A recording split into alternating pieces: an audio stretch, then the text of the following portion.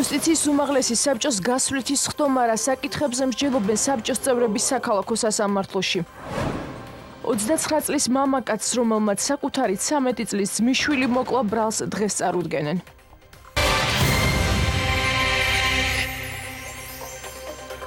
კიდევ ერთხელ მოგესალმებით, მოამბეს 15 საათზე მარიამ ვაშაძე წარმოგიდგენთ.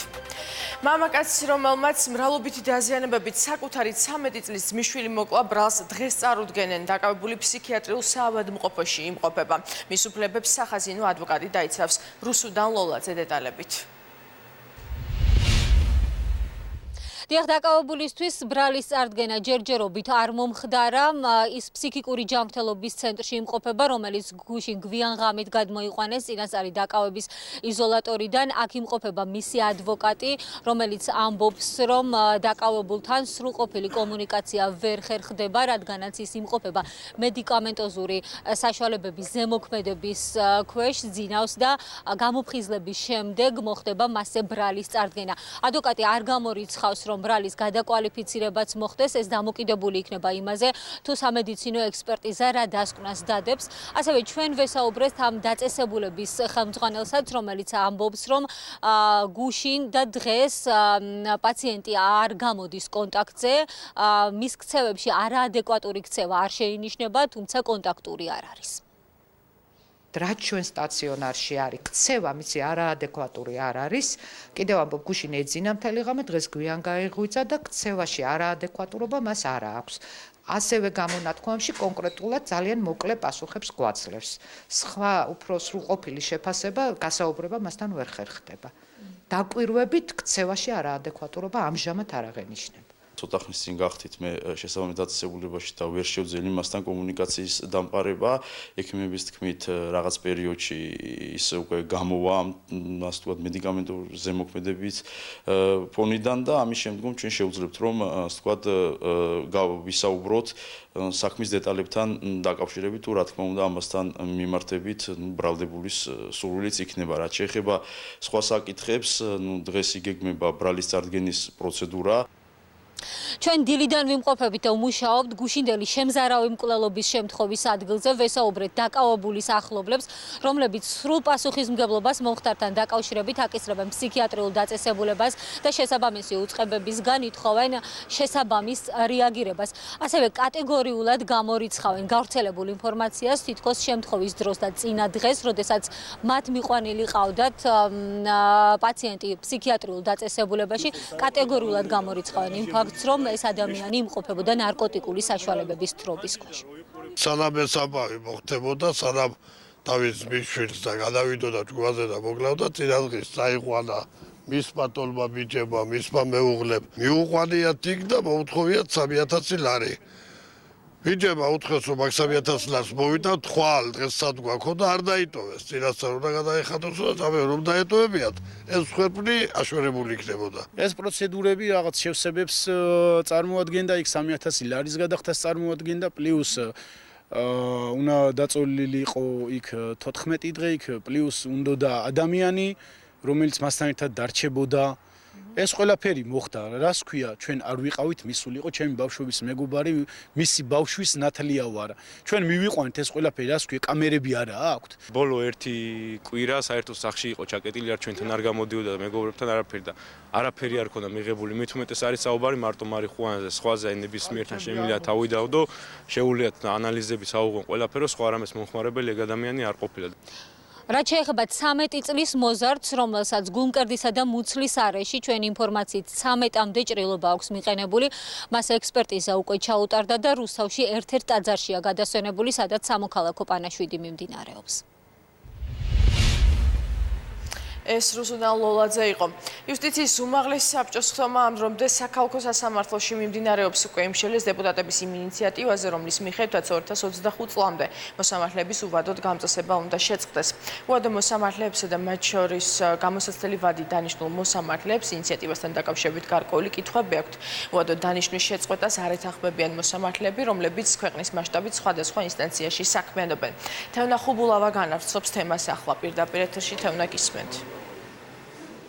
მარიამ, მას შემდეგ რაც იუსტიციის უმაღლესი საბჭოს წევრებმა დააფიქსირეს საკუთარი პოზიცია კანონმდებლების ამ ინიციატივასთან დაკავშირებით, ასევე მოსამართლეებს, მათ შორის უკვე უვადოდ გამწესებულ მოსამართლეებს და იმ მოსამართლეებს, რომლებიც დანიშნულები არიან გამოსაცდელი ვადით, ჰქონდათ შესაძლებლობა რომ დაეფიქსირებინათ საკუთარი პოზიცია აქ სხდომათა დარბაზში საბჭოს სხდომაზე დღეს 150-მდე მოსამართლე იყო შეკრებილი სხვადასხვა ინსტანციის, მათ შორის იყვნენ ჩამოსულები მოსამართლეები რეგიონებიდაც, მაგალითად იმ მოსამართლეებმა, რომლებსაც ამ ეტაპზე აქვთ გამოსაცდელი ვადა, ამ ეტაპზე არიან გამოსაცდელი ვადი დანიშნულები, განმარტეს, რომ მათ გარკვეული კითხვები აქვთ ამ ინიციატივასთან დაკავშირებით, რადგან ვერ ხვდებიან თუ როგორ გაგრძელდება მათი საქმიანობა მას შემდეგ, რაც მათი გამოსაცდელი ვადა დასრულდება და ექნებათ თუ არა შანსი, რომ კვლავ დაინიშნონ მოსამართლეებად, ასევე ისინი საფრთხეს ხედავენ კონკრეტული სისხლის სამართლის საქმეების განხილვაში. რაც შეეხება იმ მოსამართლეებს, რომლებიც უკვე არიან გამწესებულები უვადოდ, მათაც ჰქონდათ გარკვეული კითხვები ინიციატივასთან დაკავშირებით და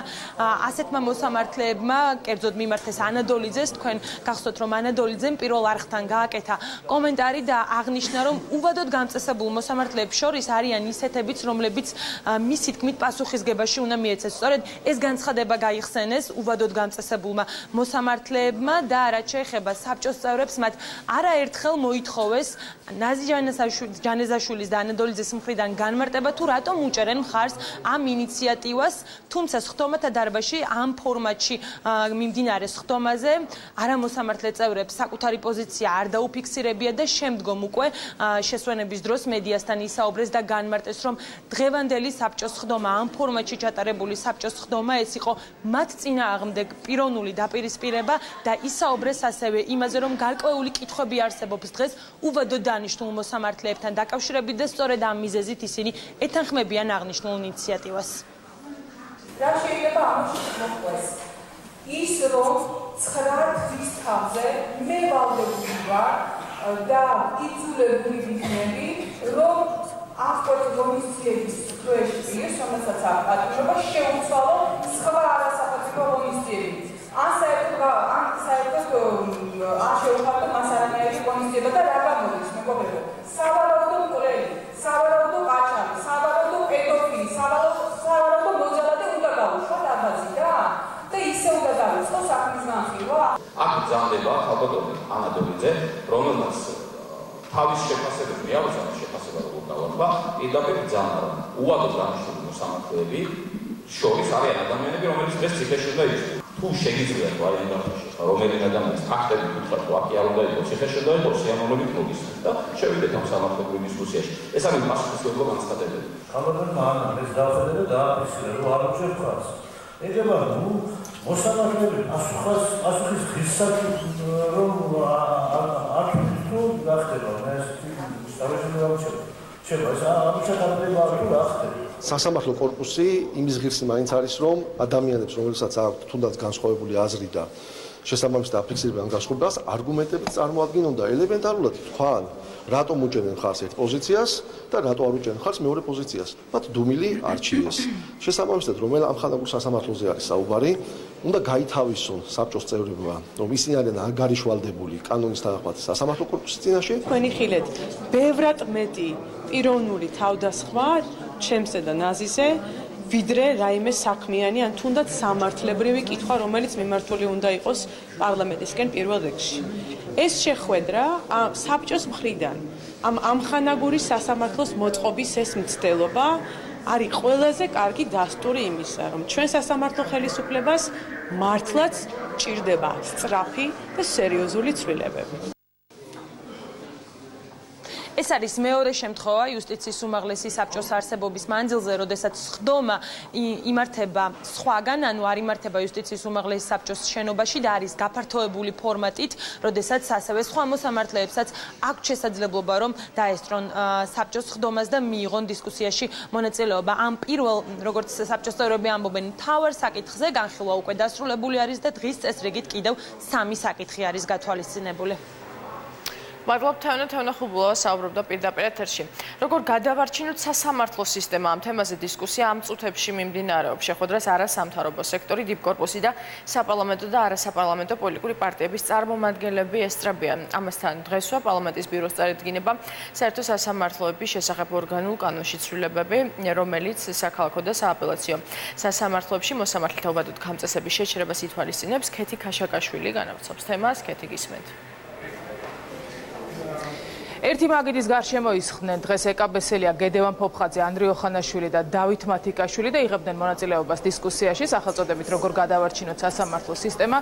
ეს დისკუსია არის არასამთავრობო სექტორის მიერ ორგანიზებული და მასში როგორც უკვე აღნიშნე მონაწილეობენ როგორც პოლიტიკური პარტიების წარმომადგენლები, ასევე დიპკორპუსის წარმომადგენლების და ბუნებრივი არასამთავრობო სექტორის წარმომადგენლები, არასამთავრობო ორგანიზაციების წევრები, იურისტები აცხადებენ, რომ პრობლემები სასამართლო სისტემაში ნამდვილად არსებობს და ამ პრობლემების მოგვარების ერთ-ერთი მთავარი გზა არის პოლიტიკური ნება იმისთვის, რომ ძირეული ცვლილებები განხორციელდეს სასამართლო სისტემაში. საზოგადოების ნდობა ეტაპობრივად იკლებს სასამართლოს მიმართ და ამას აქვს თავისი მიზეზები, ძლიერ სასამართლოს და ისეთ სასამართლოს, რომელიც იქნება ადამიანის უფლებების ერთგული დამცველი, იქნება პოლიტიკური ხელისუფლების შემაკავებელი, ჭირდება ძალიან მაღალი ლეგიტიმაცია და ხალხის მხარდაჭერა. მთავარი პრობლემა არის პოლიტიკური ნება. ჩვენ წინა კვირას მოვისმინეთ მხარდაჭერა იმ კლანისადმი, რომელიც სასამართლოში უკვე 15 წელია, რაც ბატონობს. ერთ-ერთი მთავარი თემა, რასაც დღეს გამოხმაურებები მოყვა, იყო ეკაბესელიას ინიციატივა, რომელიც გულისხმობს 2025 წლამდე მოსამართლეების უვადოდ გამწესების შეჩერებას. ვანო ზარდიაშვილს უპასუხა დღეს ეკაბესელიამ, ზარდიაშვილს, რომელმაც თქვა, რომ ეს ინიციატივა არის სამართლებრივი ჩარჩოდან გასვლა და ის არ არის შესაბამისობაში კონსტიტუციასთან, სხვაგვარად განმარტებას აკეთებს. თავად ეკაბესელია, როგორც უკვე გითხარით, ანდრიო ხანაშვილიც ესწრება დღევანდელ დისკუსიას, მანაც გააკეთა განცხადება და თქვა, რომ უმრავლესობა და მართველი გუნდი მზად არის მონაწილეობა მიიღოს ნებისმიერ დისკუსიაში, რომელიც მიმართული იქნება სასამართლო სისტემის გაუმჯობესებისკენ.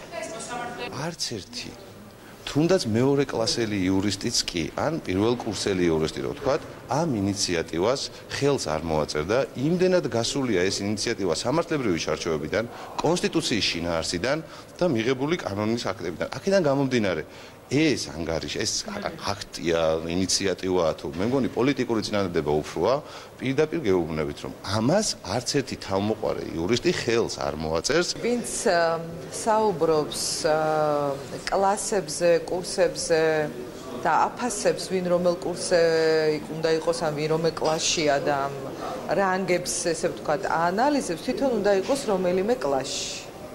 და როცა რომ არც ერთ კლასში არ არის და არც ერთ კურსი არ არის, თავისი, ესე ვთქვათ, რანგით თუ კვალიფიკაციით, როგორც იურისტი, მათ ნაკლებად შეუძლიათ შეაფასონ ასეთი პროექტები. ნებისმიერი მსჯელობა, ნებისმიერი ღონისძიება, რომელიც დაეთმობა შინაარსობრივ საკითხებს, რომელიც იქნება დაცლილი პოლიტიკური ვიწრო პარტიული ინტერესებისგან და მოემსახურება სწორედ შინაარსობრივ საკითხებს, რომელიც მიზნად დაისახავს სასამართლო სისტემის კიდევ უფრო გაუმჯობესებას, ჩვენ მზად ვართ დისკუსიისთვის, გვექნება ყველა შეხვედრაზე მონაწილეობის სურვილი და აზრთა გაცვლა გამოცვლა. დისკუსია, რომელიც ამ წუთებშიც გრძელდება, გულისხმობდა კითხვა-პასუხის რეჟიმსაც და ბუნებრივია, ყველაზე მეტი შეკითხვა არსებობდა სწორედ მართველი გუნდის მისამართით, თუმცა ანდრიო ხანაშვილმა და დავით მათიკაშვილმა ეს დისკუსია ერთ-ერთმა პირველებმა დატოვეს, ისე რომ მათ კითხვები არ მოусმენიათ, შესაბამისად კითხვებზე პასუხი არ გაუციათ, მიზეზად კი დაასახელეს პარლამენტში ჩანიშნული სხდომა. მადლობთ ქეთი, ეს ქეთი ქაშაკაშვილი იყო. ქალაქ ლიეში მიხეილ სააკაშვილის და მისი მხარდამჭერების შეხვედრა დაახლოებით 1 წელს გაგრძელდა. საქართველოს ექს-პრეზიდენტი თანამოაზრებთან ერთად ალტერნატიული მთავრობის შექმნის იდეაზე მსჯელობდა. სააკაშვილმა ემიგრანტების აქტიურობის განსაკუთრებულ მნიშვნელობაზეც გაამახვილა ყურადღება და თქვა, რომ ცვლილებებში, რომელიც საქართველოში უნდა განხორციელდეს, გადამწყვეტი როლი სწორედ უცხოეთში მცხოვრებმა ქართველებმა უნდა შეიტანონ. რაც შეეხება პირველი არხის შეკითხვას, როდის აპირებს ოდესის ოლქის ექს-გუბერნატორი საქართველოში ჩამოსვლას, სააკაშვილმა უპასუხა დატოვა, ამაზე მხოლოდ ტრიბუნიდან ისაუბრა და თქვა, რომ დასაბრუნებლად სიტუაცია ჯერ მზად არ არის. ბელგიაში ჩავიდნენ ასევე ნაცმოძრაობის ლიდერები და აქტივისტები. შეხვედრის პარალელურად შენობასთან სიტყვიერი და ფიზიკური დაპირისპირება მოხდა. განსხვავებული პოზიციების გამო ქართველი ემიგრანტების ნაწილი სააკაშვილის მომხრება დარბაზში არ შეუშვეს და შენობიდან იძულებით გაიყვანეს. ემიგრანტების წინააღმდეგ ყოფილი პრეზიდენტის მომხრება წიწაკის სპრეიც გამოიყენეს.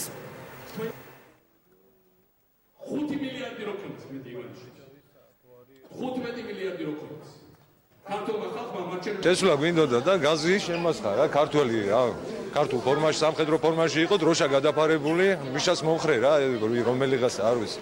აქ ესმის დროს რაღაც შემასხარა. გადაცემულია ჩვენი გვარები და თუ ჩემი გვარი სიაში შემიშვა, სახელი და გვარი მკითხეს, გუთხარი და არ შემიშვეს. არ ჩვენია, დიჯო გახლეჩინიერი, არ უნდა გაერთიან მოსას. არ ჩვენია. არ უნდა გავერთიან, დე. არ უნდა გაიგო, განსხვავებულია ზრი. წარმომაჩვენებია თუ არ უშვებენ, როდესაც უნდა თუ შემოსვლა უნდა თუ შემოვიდა. განსხვავებული აზრის გამო არ უშვებენ. განსხვავებული აზრის გამო ჩავიდნენ ბიძინასთან. აქ მაინც დაგვალაპარაკეთ თავისუფლად, კაცო. ეს გამოვიდა, ეს თქვენი განსხვავებული აზრი, ვიცი მე თქვენი. ეს პარტიული შეკრებაა. ეს პარტიული შეკრება არა, ეს არის პატრიოტების შეკრება. როგორია ოპოზიციის გეგმები და ხელისუფლების გამოხმაურება ლიესში გამართულ შეხვედრაზე შეფასებები კეთდება თბილისშიც. ოცნების ხელისუფლება რომ შეიცვლება არჩევნების გზით, ყველაფერი იქნება გადასარევად მომზადებული და საქმეები აი ეს აბსურდული რაღაც პიჯაკების და გამოგონილი თითიდან გამოწვეული საქმეები დახურული. სად დაინახეთ რომ კანონიერი გზა არ იგულისხმება.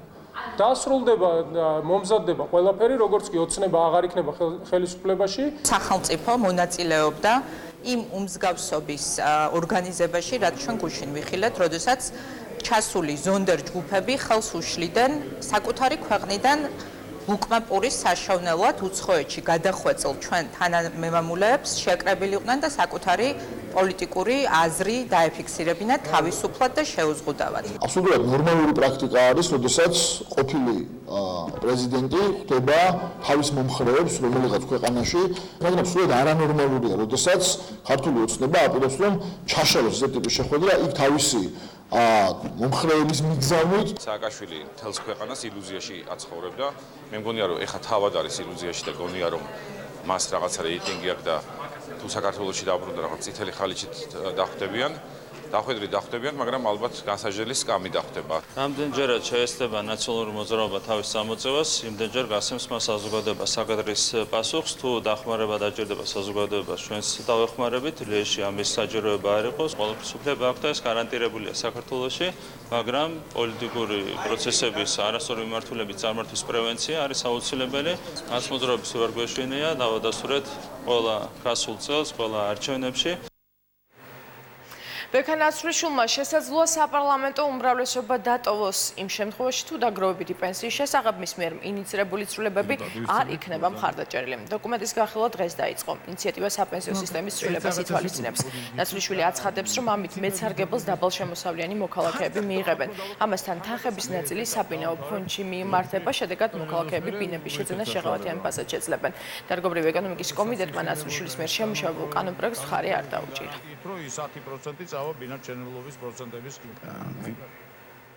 ევროპული საქართველო დაგროვებითი პენსიის შეჩერებას და მათი შეთავაზებული მოდელის განხილვას ითხოვს, როგორც ზურაბ ჭიაბერაშვილმა და სერგი კაპანაძემ აღნიშნეს, მოქმედი სისტემის ბევრი დეტალი დაუხვეწავი და ჩამოუყალიბებელია. ევროპული საქართველოს მოდელის მიხედვით კი ყოველ მოქალაქეს რჩება არჩევანი ნებაყოფლობით ჩართოს დაგროვებით საპენსიო სქემაში, ასევე დაგროვებით საპენსიო სქემის მონაწილეს აძლევს არჩევანს, თავად განსასროს დასაგროვებელი თანხის ყოველთვიური ოდენობა. დაგროვებითი პენსიის ალტერნატიულ მოდელს, რომელიც ევროპულმა საქართველომ წარუდგინა პარლამენტს, მომხრეები ყავს თვითონ ქართული ოცნების დეპუტაციაშიც კი, იქიდან გამომდინარე, რომ ჩვენი მოდელი ნამდვილად იძლევა ღირსეულ პენსიას შედარებისათვის, თუ 40 წლის მასწავლებელ ქალს, რომელსაც დღეს 500 ლარი აქვს ხელფასი და ქართული ოცნების მოდელით მხოლოდ 85 ლარს აიღებს, როდესაც ის 20 წლის მერე პენსიაში გავა, ჩვენი მოდელით ის აიღებს 576 ლარს. პარლამენტის როლი უსაფრთხოების სექტორში თბილისის საერთაშორისო კონფერენციას მასპინძლობს ღონისძიება საკანონმდებლო ორგანოს თავმჯდომარემ გახსნა. ფორუმზე მონაწილეებმა საქართველოს წინაშე არსებულ გამოწვევებსა და ქვეყნის უსაფრთხოების სექტორში საპარლამენტო ზედამხედველობის გაზრდის მნიშვნელობაზე ისაუბრეს. კონფერენციაზე ასევე დეპუტატები საერთაშორისო ექსპერტებთან ერთად დასავლურ პრაქტიკას და გამოცდილებაზე მსჯელობენ. საერთაშორისო კონფერენცია ევროკავშირის მხარდაჭერით ტარდება. განსაკუთრებით არის გამოსაყოფი ჩვენი ზედამხედველობის ფუნქცია ისეთ სექტორში, რომელიც დაკავშირებულია თავდაცვასთან და უსაფრთხოებასთან და აქედან გამომდინარე დღეს დღევანდელი კონფერენცია, რომელიც ეძღვნება ზუსტად ამ საკითხს, არის ჩვენთვის ძალიან მნიშვნელოვანი.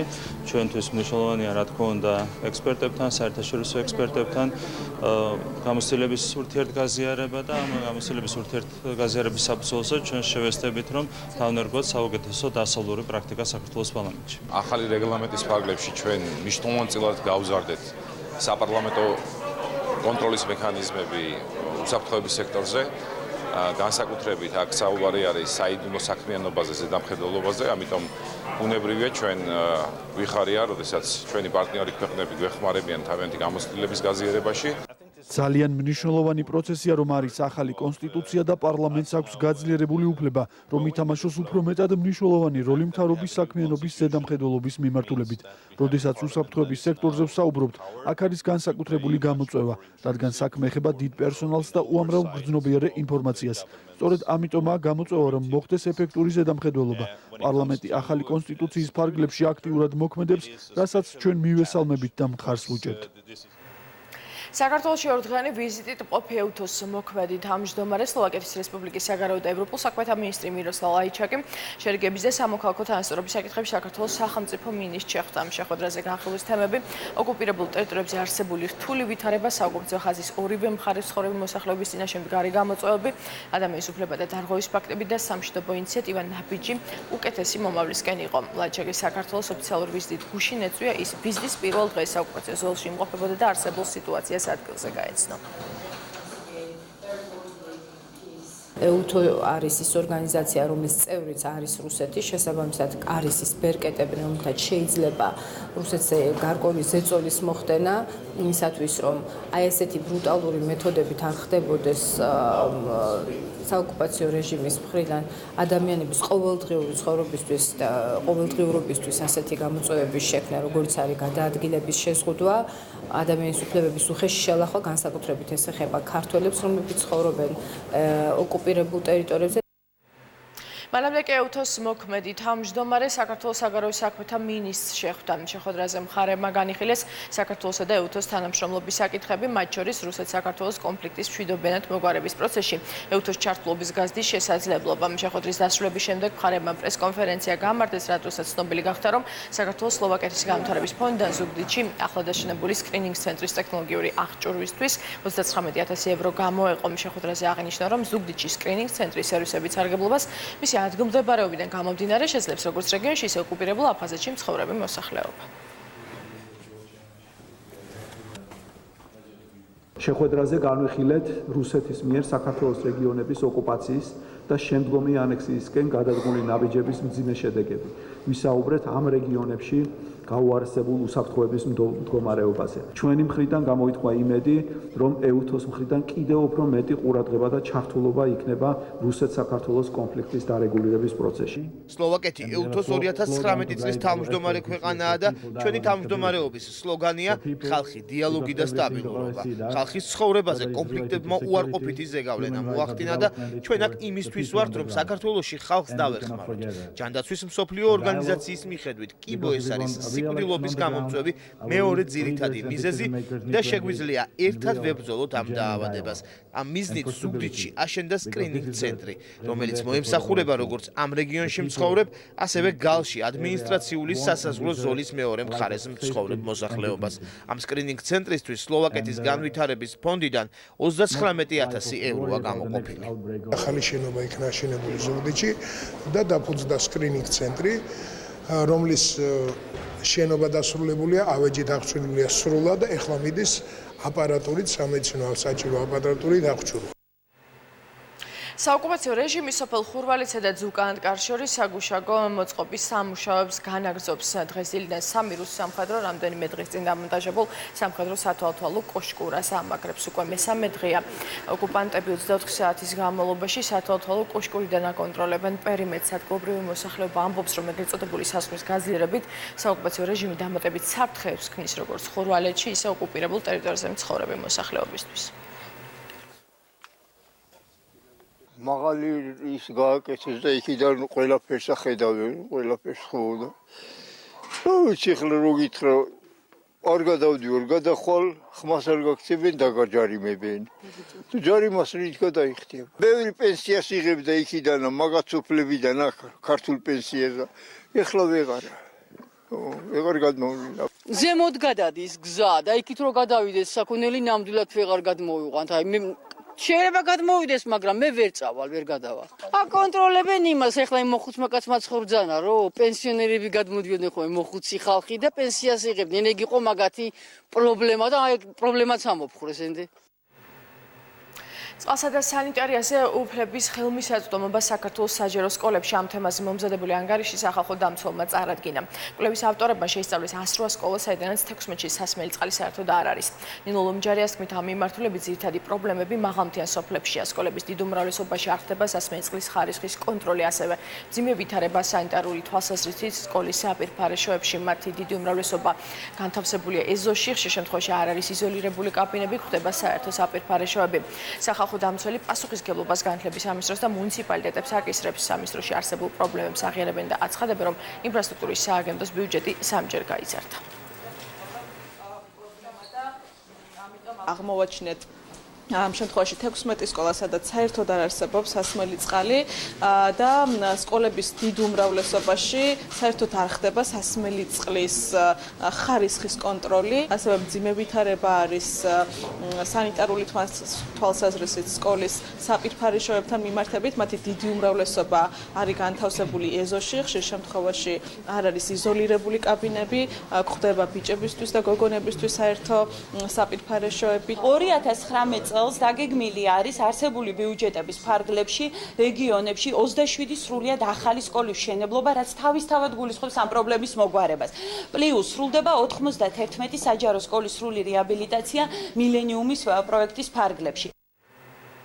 საქართველოში ჯანდაცვის მსოფლიო ორგანიზაციის რეგიონული ოფისი პირველ საკონსულტაციო შეხვედრას მართავს. განსახილველი საკითხი ვირუსული ჰეპატიტები და მათთან ბრძოლის მეთოდებია. როგორც ჯანდაცვის მსოფლიო ორგანიზაციაში ამბობენ, შეხვედრის თბილისში გამართვის გადაწყვეტილება განპირობებულია ქვეყანაში ჰეპატიტის ელიმინაციის პროგრამის წარმატებით განხორციელებით და ამ მიმართულებით საქართველო მოიაზრება როგორც ერთ-ერთი მთავარი სამოდელო ქვეყანა. შეხვედრა პრემიერ-მინისტრის სიტყვით გამოსვლით გაიხსნა და მას სხვადასხვა ქვეყნის ჯანდაცვის სამინისტროს წარმომადგენლები დაესწრნენ. დღეს ჩვენ სიამაყით შეგვიძლია ვთქვათ, რომ სახელმწიფოს მხარდაჭერით C ჰეპატიტით დაავადებული 10,000-ობით ჩვენი მოქალაქე სრულიად განკურნებულია. როდესაც სულ ცოტა ხნის წინ ეს დიაგნოზი საქართველოში ფაქტიურად განაჩენს ნიშნავდა, ხოლო ამ უძიმეს დაავადებასთან ფინანსურად დამოუკიდებელი გამკლავება თითქმის წარმოუდგენელი იყო. ჩვენ გვაქვს ძალიან მნიშვნელოვანი წარმატება. განკურნების მაჩვენებელი საშუალოდ 98%-ია. ჩვენ არც საომალოდ დავიშურებთ ძალისხმევას იმისთვის, რომ საბოლოოდ აღმოფხრათ ეს დაავადება. ჯანდაცვის მსოფლიო ორგანიზაციის ევროპის ოფისმა შეარჩია საქართველოს იმისათვის, რომ პირველად გამართულიყო ასეთი ფორმატის შეხვედრა ჰეპატიტის ელიმინაციის პროგრესი და ეს პირველი შეხვედრა გაიმართა საქართველოში, რადგან საქართველოს მართლაც გამორჩეული არის შედეგებით და შედეგები, რომელსაც ჩვენ ამ 3 წელზე ცოტა ხნის მეტ ხანში მივაღწიეთ, ნამდვილად არ არის არც ერთ სხვა ქვეყანაში. აჭარის უმაღლეს საბჭოში ზაზა ოქვაშვილი მერაბლადაძემ შეცვალა ახალი დეპუტატის უფლებამოსილება უმაღლეს საბჭოში დღეს წნეს. ოქვაშვილმა, რომელიც უმაღლეს საბჭოში პატრიოტთა ალიანსის სიით მოხვდა, დეპუტატობაზე უარი საკუთარი განცხადების საფუძველზე თქვა. იგი პარტიული სიის მომდევნო ნომერმა ჩაანაცვლა. მერაბლადაძე ამბობს, რომ ძირითადად ოპოზიციასთან თანამშრომლებს, თუმცა ასევე მხარს დაუჭერს მართველი გუნდის სასიკეთო ინიციატივებსაც. აჭარის უმაღლეს საბჭოში 21 დეპუტატია, მათგან 14 ქართულ ოცნებას, 5 ნაციონალურ მოძრაობას, 1 პატრიოტთა ალიანსს და 1 ნინო ბურჯანაძის პარტიას წარმოადგენს.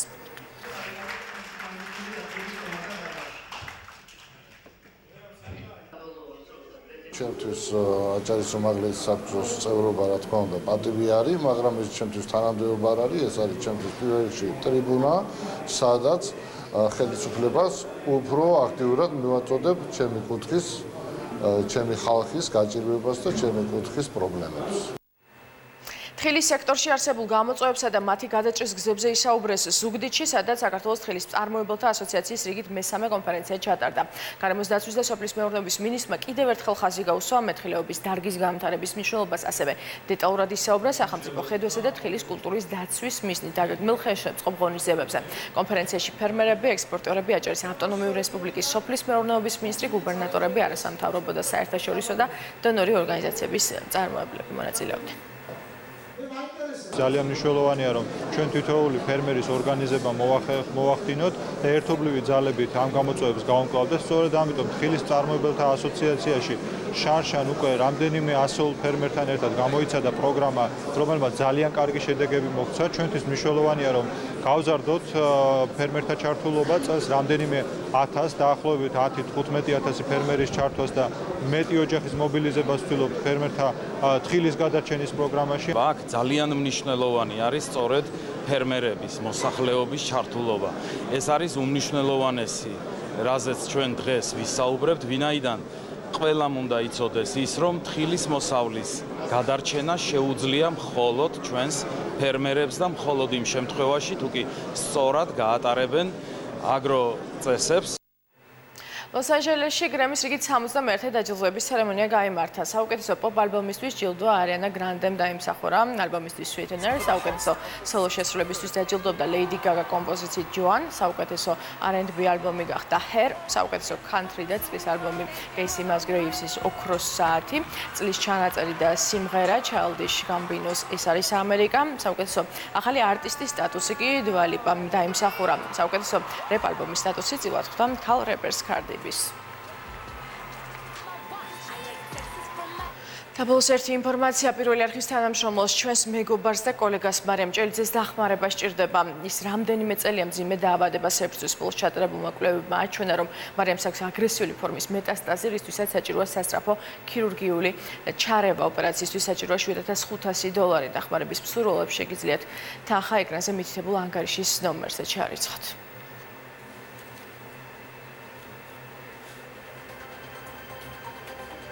მოამბე ამ დროისთვის დასრულებულია, მე გემშვიდობებით, თქვენ კითხვის სიახლეებს გაიცანით ერთი ტივიჯიზე.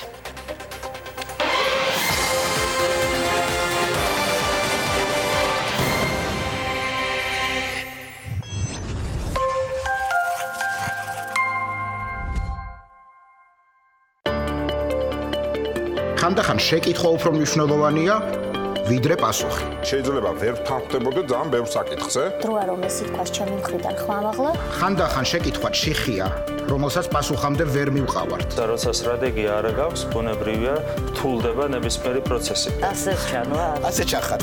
ხანდახან